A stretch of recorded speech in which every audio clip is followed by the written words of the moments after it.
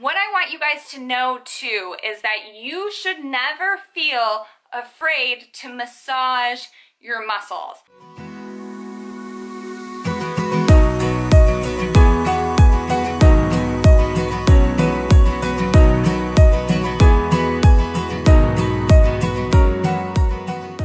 What you're gonna do is you're really gonna want to get kind of some lotion, but you're gonna focus on these muscles right in the middle of your foot.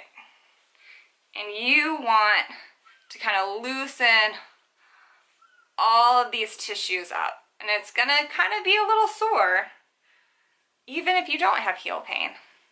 You're gonna get in here and you're gonna loosen all of these tissues up. Okay? The next one we are going to do is with a lacrosse ball. You can also use a golf ball or a tennis ball depending on what you have. Stand up. You're going to put it kind of underneath the meaty part of your foot, and you're just going to step on it and roll it out.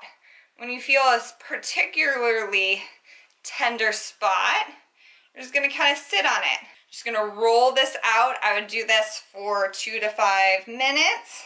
And I would do both feet. Just because one foot doesn't have pain does not mean that it's functioning and working properly. If you guys are really struggling with pain, one great way is to freeze a regular water bottle and use it to help you roll out the bottom of your foot. Is pretty much the same as the lacrosse ball. You're just gonna put it on the floor. Whew, man, this one is chilly. If it's too much, you can always put a pillowcase over it.